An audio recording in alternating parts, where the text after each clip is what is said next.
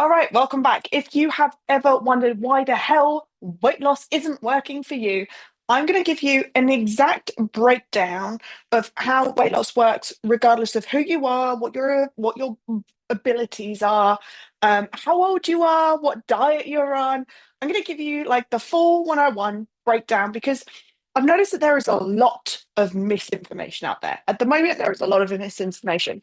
Let's not beat around the bush. There is Ozempic, or Mounjaro, or any equivalent injections out there. The new beauty standards that are running around, it feels like we're back in the 90s and the thousands, where size 10 people are getting told that they are too fat and that they have body fat. And skinny is the new lifestyle at the moment again. And with this comes not only a lot of peer pressure, it comes a lot of marketing. It comes with a lot of shit that you do not need, misinformation that is going to keep you stuck. These insane beauty standards that only people who are willing to inject themselves are going to reach, um, unless you are already very, very slim and very, very skinny. And unfortunately, skinny is the new in at the moment, according to magazines and so on and so forth. Not according to me, okay? For me and my clients, I want you guys to build a healthy and sustainable lifestyle, not one where you are crippling yourself into the grave. So, this Facebook group, while I would absolutely recommend anyone who's on any sort of weight loss injections or medication to follow the guidance in here because what we do is natural. I do not encourage people to use these medications unless they are prescribed by your doctor, of course. They are great to dig you out of a hole, absolutely. But they are not fantastic. They're not a good long-term solution. And what I do with my clients is look at those long-term solutions because short term, what it's going to do is it's going to make you drop weight very quickly, but it's not going to support your body. You're going to lose a lot of bone mass, a lot of muscle mass. Um, you're not going to build healthy habits along the way. And you've probably heard everyone say that, and you're like, well, what does that mean?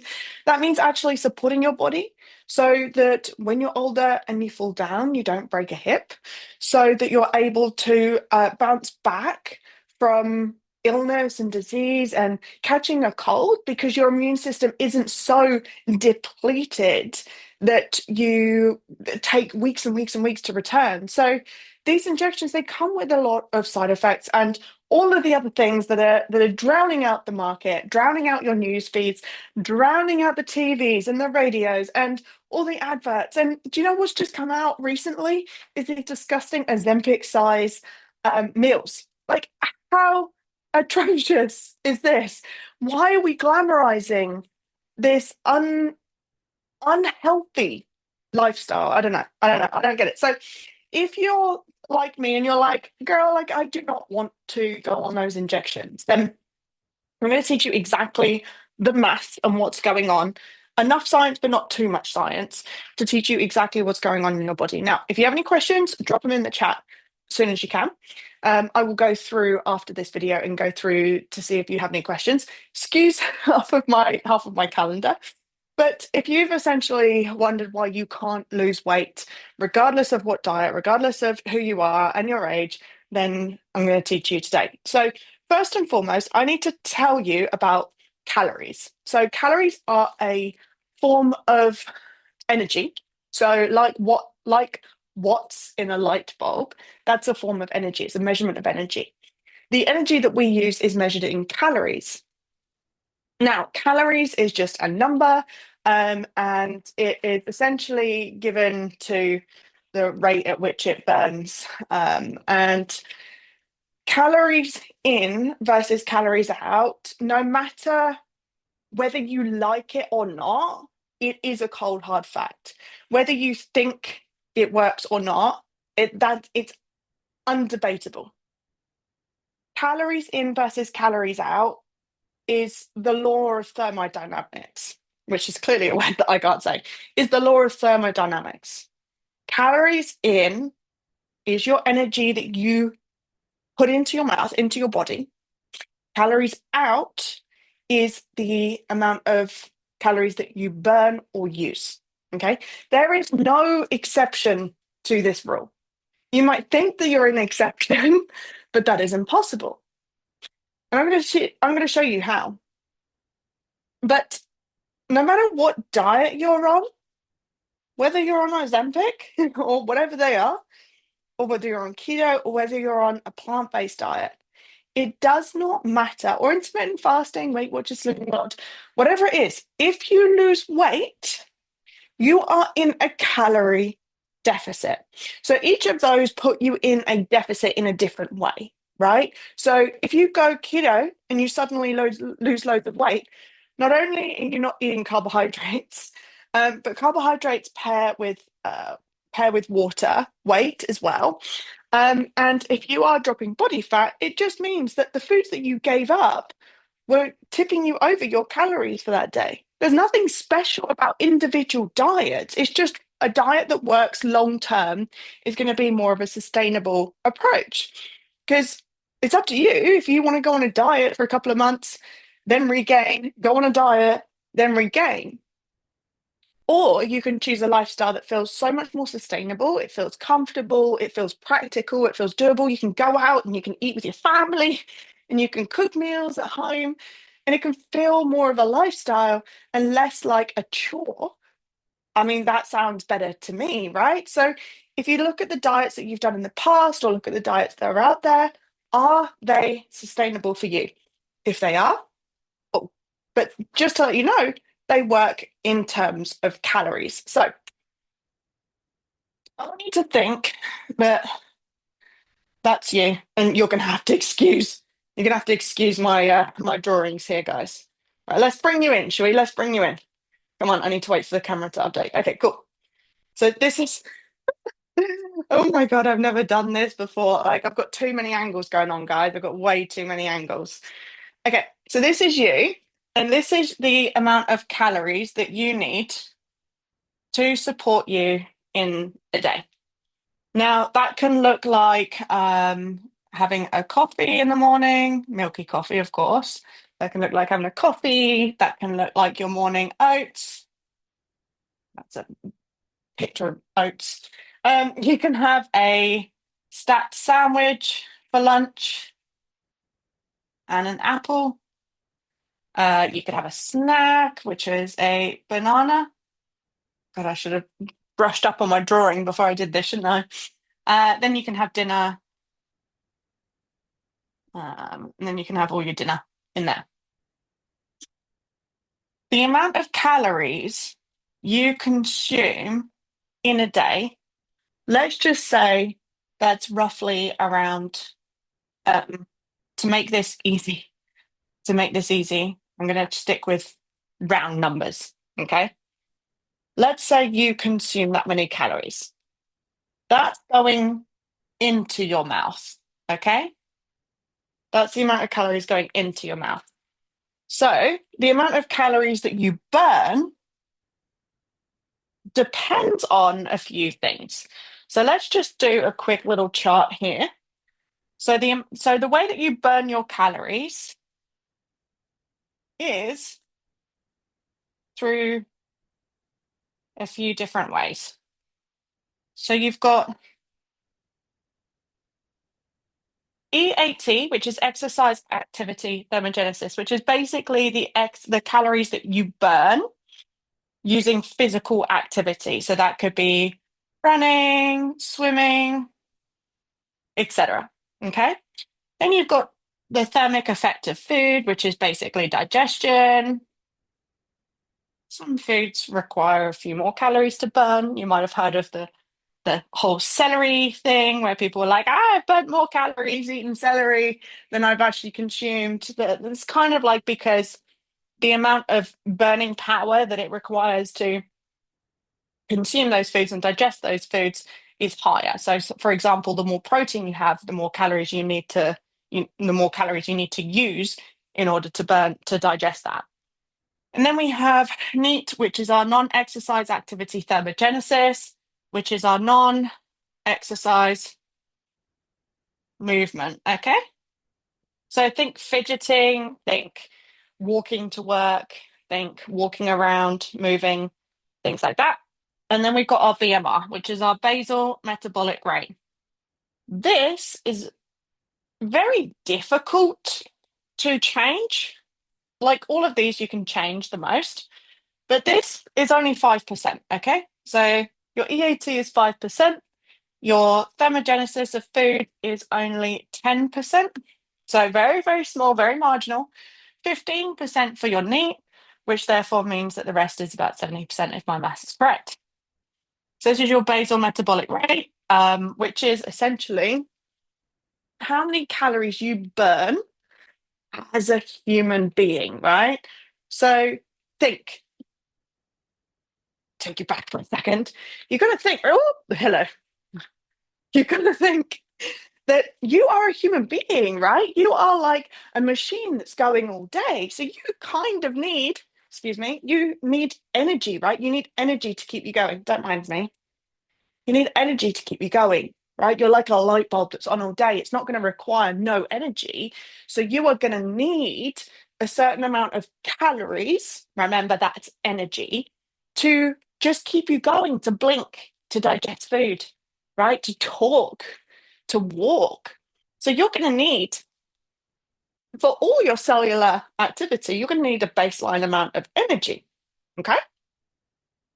I hope this is making sense so far. Let's say all of this in this instance, is 1500 calories. Okay. So if you consume 1500 calories and you expend 1500 calories, you're going to maintain. Okay. You're going to maintain. Now, if you, Jesus wept, I'm not very good at this whiteboard thing. And to think I wanted to be a teacher in primary school. Jesus. Um, let's say that your expenditure over time, over a day, is 1200. 1200. So 1500 calories in, 1200 calories out. That leaves 300 calories up. That 300 calories, don't forget, law of thermogenesis. Genesis, Jesus, thermodynamics. Law of thermodynamics means that this has to go somewhere. That's energy. So what the body does with this excess calories is it stores it. So if you are consuming more than you are spending, it is going to go onto your body as body fat. Okay. I don't want to hear any arguments. This is literally the truth. If you want to argue your point, then go and argue all of the scientists that believe in gravity, right? Because if you don't believe in this, then you basically don't believe in gravity. Now, it might feel harder for you. We'll talk about that in a minute. If you are expending 1700 calories, right? If you're using 1700 calories worth of energy and you're consuming 1500, you are now in a deficit. So it's minus 200. That took me a second, didn't it? It's minus 200. So what is it going to do? How is it going to get that 200? It's going to take it away from your body, right? And so it's going to say, okay, thank you so much, fat cells. I'm going to take that energy and I'm going to burn it and I'm going to use it because I need to maintain my homeostasis, right? I need to maintain the amount of calories. I can't just get it from nowhere. Now, we see this being proven over and over again because when you look back at the course of history, you'll notice that slaves, people who were deprived, people who were starved, they didn't gain weight because they were starved. Okay. Now, there are a couple of reasons why, when you are on so few calories, it feels incredibly hard, or you just struggle to lose weight. So, when you diet over and over and over again, So let's say you go on this cycle of restriction, so you're in a deficit, and then that deficit, it's very difficult to maintain, right? Because when you're in a deficit, you're physically hungry. Like you are hungry, you need food. So there's only so much, so long that you can keep that up. So then you gain because you're in a deficit, you binge out, you snack, you eat, you go back, and your body regains it. Now, let's say we go back on a diet again, and you go back into a deficit, and then afterwards you eat more because, again, a deficit isn't a long term solution. We want to be in maintenance. That's a long term solution, but we need to get down. We need to get this down to lose all of this body fat in order to sit in maintenance, right? Let me know if this is making sense to you.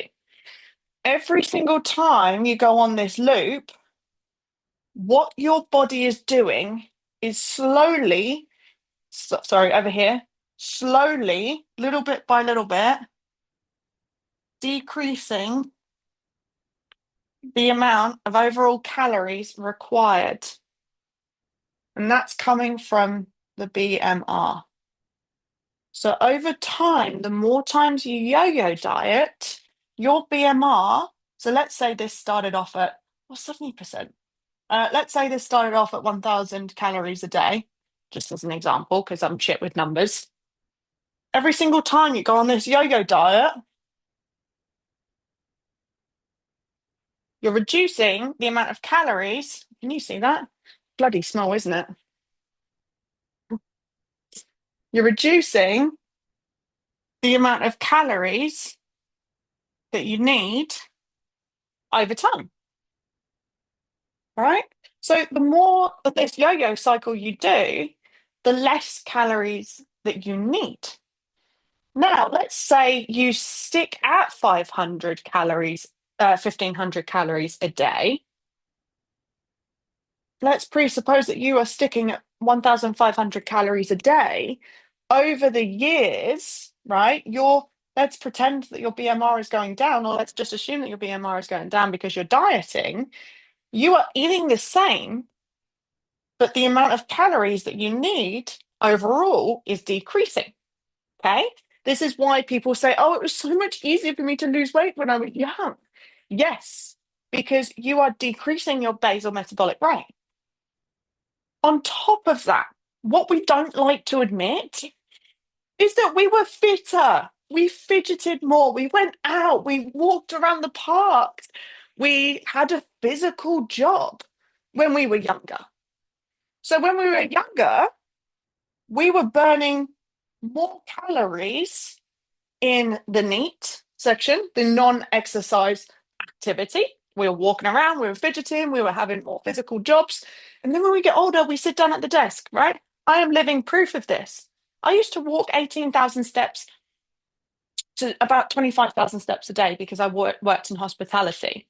At the moment, I have to actively go out and get 12,000 steps, right? And that is a huge difference in calories, right? I think it's about 10,000 steps. You have to do the research on this. Don't hold me accountable for this. But in about 10,000 steps, I think it's about 300 to 500 calories, right? So even for me, in the last couple of years since I've been, or yeah, last few years since I've been fully self-employed and I've been sat at my desk, I need 300 to 500 calories less a day because I'm not walking those extra steps. Can you see how I know it's unfair and I know it's shit, but you need to be honest with yourself. Now, it might not feel like anything has changed, but if you're not losing weight or if you're maintaining, there is only one reason for it, and that is because you are consuming more than you are burning. Okay. So, I get a lot of I get some questions a lot, which is based around how many calories do I need? Obviously, this is very difficult to say because your diet history, your muscle mass, that is going to influence your basal metabolic rate, right? So your basal metabolic rate might be 1600, it might be 1400, it might be 1200. I know women who have been dieting over and over again, and they've got their metabolic rate really low down. Okay. This isn't the be all and end all, by the way. So it's very difficult to figure out how many calories that you need exactly. Now, all calorie counting is flawed anyway. I'll be honest with you. Calorie counting apps are usually off by about 30%. We, as humans, are wildly inaccurate when we're guessing, when we're weighing, right? Think about the difference between a cup of rice and a gram of rice. Like 300 grams of rice or 250 grams of rice versus a cup of rice. The difference in that is the spaces between the bits of rice. So we are wildly measuring this. We are measuring this wildly inaccurately. Things like pedometers and step counters, they are always off as well.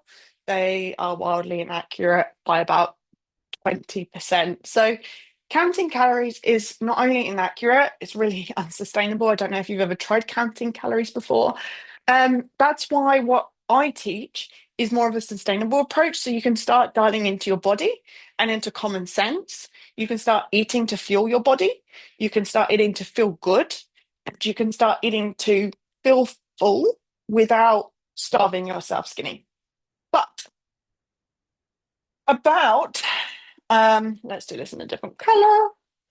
So, about, according to research, 80% of women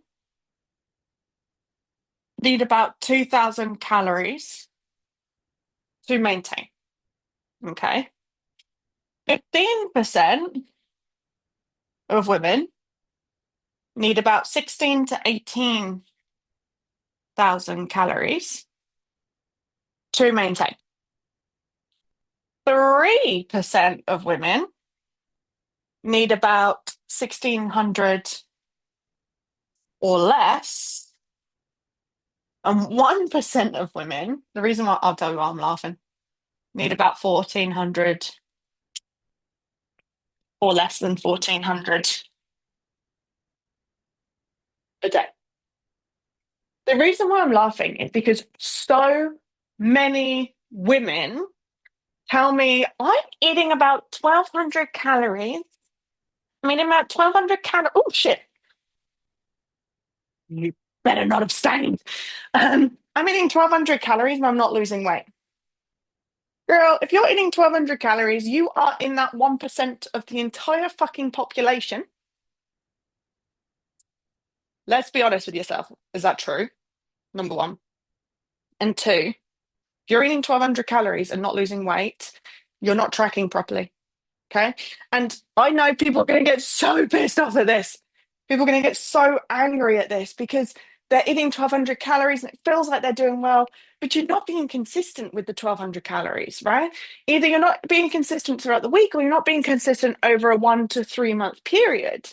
It's so easy to eat 1,200 calories Monday to Friday and then blow it out of the water by the end of the week, right? So it is unlikely that you're going to need less than 1,400 calories as your BMR. Okay.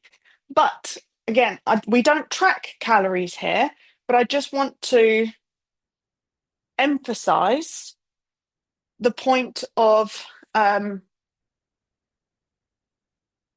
making sure that you're doing it accurately. So a lot of women will come to me and say, Bianca, I'm counting calories and I'm not losing weight. If that is you, then you need to be looking at your basal metabolic rate. You need to be looking at the realistic, like, am I actually the 1% of the population? Probably not. And looking at the actual foods that you're eating, because 1,200 calories, I'm going to let you know, 1,200 calories would suck ass. Okay, no one wants to eat 1,200 calories. It's like a freaking Snickers bar, and that's it. Okay, 1,500 calories. I probably eat about 1,600 calories to maintain. So, how do we increase the amount of calories. So you can either, to lose weight, right, you need to be in a deficit. So you need to be eating less than you're burning. Yeah? Eating less than you're burning. So how can you lose weight? You need to eat less than you burn. How do you do that? So you can either eat less food, you can eat less calorie dense foods, you can cut out breakfast or lunch or dinner, which does not sound sustainable, or you can increase the amount of calories that you are using. Okay? Either or. Either or. Things like swapping your calorie dense foods, like taking things like alcohol and oils and butters and processed foods out of your diet, is going to dramatically decrease this number. My clients, the only calories that they are consuming are essentially low calories, super healthy. They give my clients energy. That's how we eat big portions of food and keeping this small. Then what we want to do is increase our output. So when we eat whole foods and a source of protein, we are going to increase that 10% there. Not much else that you can do with that, to be honest. Your exercise activity thermogenesis is essentially the exercise that you do, which is only 5% of the day, right? That's like an hour or something. So you can either work your ass off in that 1 hour and hate your life every day. But that's only going to increase that 5% by a little tiny bit. Neat. Your non-exercise activity thermogenesis is 15%. This is quite a chunk of your expenditure. So you can walk on a treadmill, right? You can fidget a lot. You can move around, do what I'm doing, stand up at your desk. You can park the furthest away from the supermarket as possible. You can walk around the house. You can clean the house. Okay. You can essentially move your body more. Imagine like you're a twitchy, fidgety person with ADHD. And then we've got our basal metabolic rate, which, if you have dieted a lot, is probably in the gutter. That's not doom and gloom. Okay. So if your BMR is in the gutter, what that likely means is that you've got you need very, very few calories to maintain, which really sucks because you can eat a salad, a boring salad, you can eat plain foods and maybe one or two very, very tiny meals, and you have to eat like a little bird. And your cravings are probably high. It's going to be very difficult to stay in the maintenance. So what happens when we're down here? It's not all doom and gloom because your body recalibrates when it's given the right environment. If you've done that yo-yo dieting cycle all of your life and you're down here, we need to bring it up to round about here. Okay. And we do that by making sure that you're doing the basics. I'm talking sleep, water, and eating a whole food plant-based diet. Why does this work? Because you start filling your body back with foods. You give your body the micronutrients and the macronutrients it needs. This starts to bring your hunger and satiety hormones back. So your hunger hormone is the ghrelin, your satiety hormone is the leptin. These start to regulate again. Eating 3 square meals a day, that's just going to help your body get the energy it needs as frequently as it needs, right? So if you're used to starving yourself or having tiny portions, make the portions a bit bigger. Eat whole foods. That's going to increase the volume and your hunger hormones and the rest of your hormones. Your cortisol's probably going to drop. Your hunger hormones and your leptin hormones are going to start to return. So what this means is, yes, you're probably going to gain weight because you need to increase the calories again, but you need to increase the calories to increase your basal metabolic rate. So let's say we increase the calories, your hormones, your body, everything starts working again. It starts coming back to life. And then after a month or so, or a couple of weeks, your basal metabolic rate is now 950. A couple of more weeks, your basal metabolic rate is 980. Couple more weeks, couple more weeks, couple more weeks, goes back to where it was. So it really isn't doom and gloom if you've got a broken metabolism is not broken. You've just trained it. You've trained it really freaking well to survive in a starved environment. That's all it is. Your broken metabolism is surviving in a starved environment, and it is adapted, right? This is what we call adaptation. It is adapted to a low calorie environment, probably from years and years of heavy traumatic dieting. Your body goes, whoa, whoa, whoa, if this is how we're going to survive, I need to slow myself down. I need to slow my output down. So I'm only using a little bit, like as few calories as possible. Okay. So that's what happens when we get down to here to lose weight. So if you're stuck and you're only eating 1,200 calories, either you have been down here for too long and you have probably lost a lot of your hormone regulation. Probably cortisol is jacked up, not feeling so good, maybe not sleeping so well, really struggling to lose weight. You want to increase the calories, right? This will take time. It will take discipline because you'll feel like shit because you will gain weight. And this will slowly bring your BMR back. Your body will be like, oh, I'm human again. And then you can start off over time, bringing that back down. And then your body will be safe. It will feel safe enough to drop the weight. This is very different to a stall or a plateau. So if you're not quite sure where you sit or what's going on, why don't you just shoot me a message, okay? Or come and join our next 5-day challenge. So if you're watching this in December, I have a 5-day challenge starting on the 5th of January up here on the 5th of January, and I'm going to walk you through the exact method that I talk to my clients through. I talk my clients through it and I show them exactly how to lose weight. It's not just all about food, it's about the way that you do it. It's about the nutrition, it's about your output, it's about your mindset, it's about the way that you view your body, your life, your experiences, your habits, your environment, everything involved. So I'm going to teach you exactly how to do that. If you are interested, just drop the word challenge below. Let me know if this was helpful. Drop any questions that you have below, and I'll be happy to answer them.